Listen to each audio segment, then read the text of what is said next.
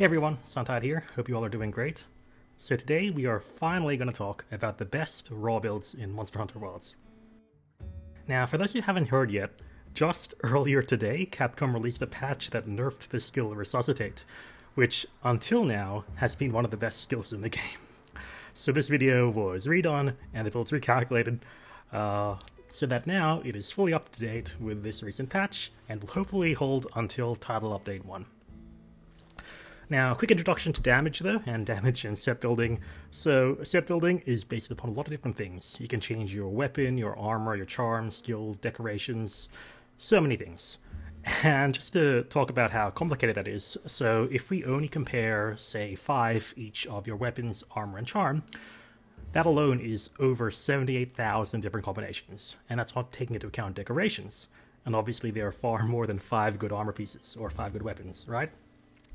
And if I took just 30 seconds to look at those 78,000 combinations, it would take me almost a full month with no sleep, no breaks. So there's a lot of different combinations.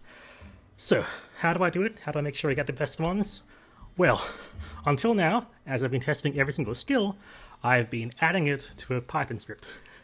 And in this Python script, I get my code to look through all these millions and millions and millions and millions of different combinations to find the best optimal build. And these are the builds that I am now presenting to you. Before that, though, some quick assumptions that help describe how I calculate these builds. So here, again, we are only looking at raw damage. We will do element at a later point in time. And we're also assuming we're going for around 50 hits of sharpness. As for skill uptimes, I'm going to assume that when you use weakness exploit, you're going to hit a weak point around 90% of the time, and a wound around 20% of the time. And the skills Agitator, Maximite, Burst after 5 hits, and Latent Power are all active around 50% of the time. In my previous videos, I think I underestimated how good Latent Power was, so here I'm saying it's 50%, okay? And we're also assuming that the skill Black Eclipse takes 30 seconds to activate. One more thing is that probabilities are independent in my calculations. So what I mean by that is, say, Latent Power and Maximite both have 50% uptime. So if that's the case, then 1/4 of the time neither will activate, 1/4 of the time both will activate, and 1/4 of the time each just one of them will activate. What this means is that sometimes it's worth having our sort of maximum affinity go above 100%, because it can, even if it's not always going to activate, it will improve our affinity overall, if that makes sense. It'll improve our average affinity. So I do some combinatorial probability to just make sure that that checks out. Okay, so that's accounted for, and if it seems like our affinity is too high, that's why it works out to be better on average. Okay? So, with that being said, we finally have for you the best maximum raw builds. So, what are they? So the best raw builds at the moment are going to be using the set bonus Black Eclipse 2, which you get from 4 pieces of the Gore Magala armor set. You're also going to want to put in 1 piece of the Ray Dow armor set. And what's interesting is you have 3 options that are all equally viable in terms of raw damage. You can pick either the Sand Helm, the Sand Bracers, or the Sand Greaves, depending on your choice.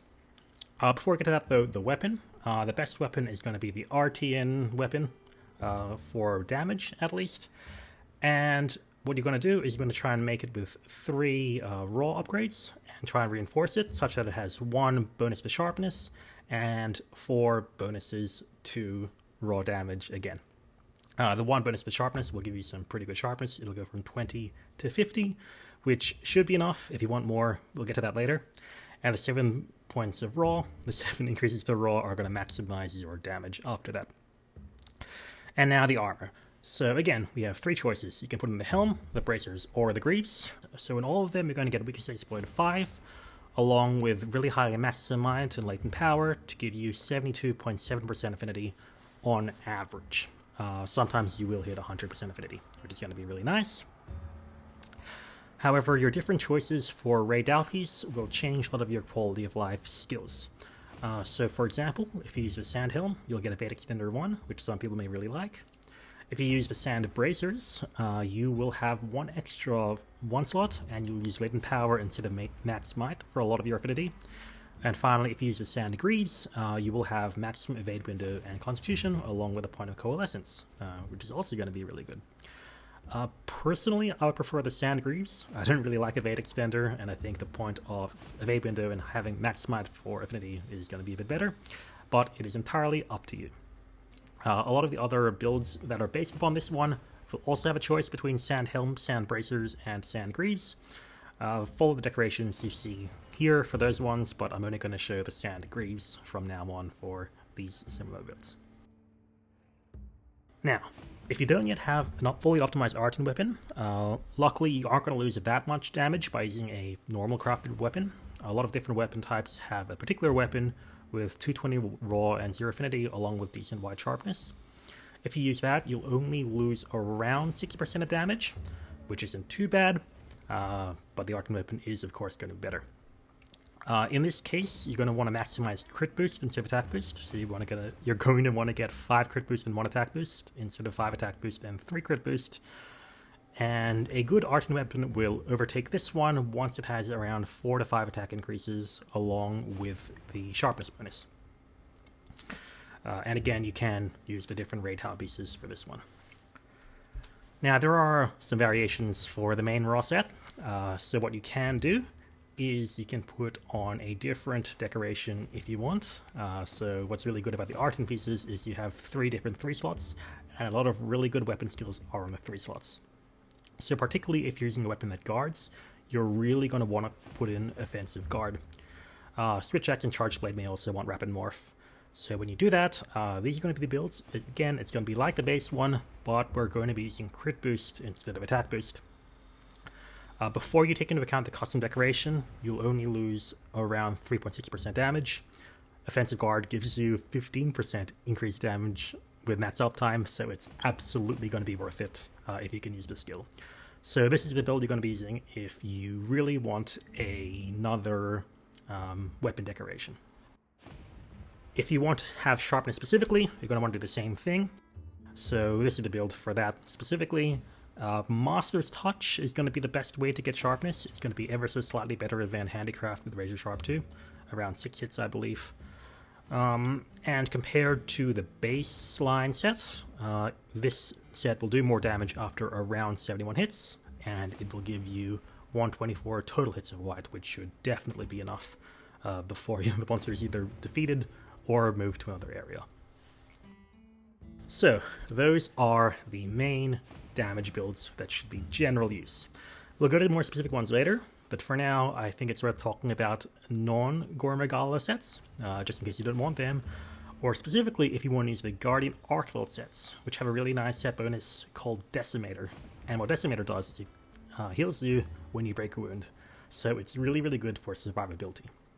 You lose some damage, but having a lot more survivability could make the hunt more safer and could indirectly be more damage because you're wasting less time healing. So if you want that, this is going to be the main set I recommend. So this uses the Guardian Arkveld pieces and also the Blango pieces. What's really good about this one is it has 6 different 1 slots, which is really, really good. You can put on, say, Speed Eating and Recovery Up to make sure that you heal a lot and very quickly with a potion. You could put in some level... You could put in some elemental resistances, which will really boost your survivability. If you use a longsword, you can put on Quick Sheathe, so you have plenty of options. It also has Warcry from the Blango set, so you want to do the emote to Victory, and to Victory gives you and all of your allies +3 attack, which is very nice and very good for your allies. After Warcry, you're going to lose only 4.3% damage from the main set, so the damage boost is significant, but it's not going to completely change your hunt. So if you want survivability, go for this set, or go for this set. So rather than using Blango pieces, this one uses normal Arkveld pieces, which means you get both Decimator and Hasten Recovery. So a lot of healing. It has basically the same amount of damage as the Blango set, but doesn't need Warcry, so if someone else is using Warcry or you have a Demon Powder, this set will do more damage. The main thing it loses is it loses a few extra slots, so you can't max out 2 different 1-slot skills, you can only max out 1.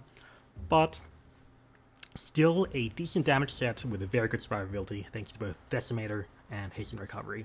So if you want to bulk, use one of these Guardian Arkveld sets, either with Arkveld or with Blango. So with those builds out of the way, let's talk about the more weapon-specific or playstyle-specific builds.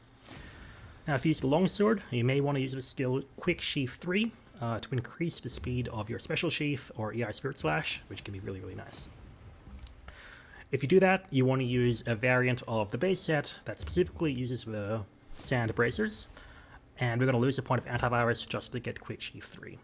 So we, in theory, only lose around 0.7% damage to get Quick Sheathe 3 instead of Quick Sheathe 2, but in practice, because we lose a point of antivirus, our uptime for the Frenzy Recovery will be a bit worse, which should make the difference a bit bigger than 0.7%, but it's still pretty good.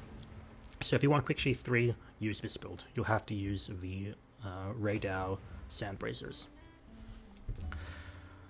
If you want to use Adrenaline Rush, this is the build that you're going to be wanting to use. So the damage calculation for this one had to be a bit different. I'm assuming you have 0% or low maximum uptime, because you're going to be constantly dodging, but you are going to have 100% Adrenaline Rush uptime. Now, Adrenaline Rush is pretty interesting because the first point of the skill gives you 10 raw, but later points only give you 5 raw. And this makes a lot of the later points not too great, especially because you lose opportunity costs from things like Weakness Exploit. So it turns out that in terms of maximum damage, even with 100% Adrenaline Rush uptime, the optimum build only uses 1 point of Adrenaline Rush. Which is surprising to me, but that's what the math says. So in this case, you need Adrenaline Rush to be active at least 36% of the time to beat a non-Adrenaline Rush set. And I've been told that this is pretty reliable and pretty easy. So if you want to use Adrenaline Rush, this is the build for you. And yeah, again, higher points of Adrenaline Rush are not optimal. We'll lose Weakness Exploit or we'll lose Black Clips too, both of which contribute more damage than higher levels of Adrenaline Rush. Next up are Counterstrike builds. So these are the Counterstrike builds. It loses around 2.8% damage by default versus the baseline build before Counterstrike. After Counterstrike, it's obviously much better, and we need to be active at least 29% of the time to beat the baseline damage bonus. So if you can reliably activate Counterstrike by using hyper armor attacks like the Greatsword Tackle, this is the build you're going to be using. This is the build you're going to be This is the build you're going to want to be using. Nailed it. To maximize your damage. However, you may also have this last final option, which is to use Bind Encounter. And Bind Encounter is the set bonus you have from the Dahaad sets. Bind Encounter 1 gives you a 25 raw boost for a minute. Bind Encounter 2 gives you a 50 raw boost for a full minute. They're both massive, so if you can maintain uptime by using power clashes, this is what you're going to want to be using. I said it properly this time. So in the Bind Encounter 1 set, you have a free 1 slot, which you can use for Counterstrike or another skill. And Bind Encounter 1 is optimal over the base build if you have at least 28% uptime, which I think is more likely than when Bind Encounter 2 is optimal, which will need 52% uptime. Of course, if you can get that uptime, definitely go for Bind Encounter 2, but otherwise Bind Encounter 1 is probably a nice compromise between having decent uptime and decent damage. So, with that done, these are my summary and conclusions. So, in general, 4 Gore and 1 Raydao to activate Black Eclipse generally optimizes your raw damage, and it's flexible enough to allow some weapon-to-weapon customization. So you can get Quick Sheathe 3, you can get some Counterstrike, you can get Adrenaline Rush with these combinations. You can get higher sharpness, you can defensive guard. So 4 Gore, 1 Raydao. Depends on what Raydao piece you use. And for a mixture of damage and survivability, Guardian Arkveld is really good, a nice hybrid that has both damage and healing. And with that, I'd like to thank all of you for watching. We will have Element after this soon. It might take a while, but I'll get to it. I'd like to thank all of my Patreon supporters, especially Hunter Finney, who is one of the highest Professor Dragonite tier, as well as all of you watching as well. I do especially want to thank everyone because earlier today, in addition to the patch, I hit 10,000 subscribers, which I never imagined would ever happen when I started this channel. So thank you, thank you, thank you. I'm genuinely so surprised and happy and pleased and honored that all of you are watching my content. So yeah, if you want to see more, like, comment, and subscribe. And coming up eventually, we'll be talking about element damage. Thank you again, and I will see you next time. Bye.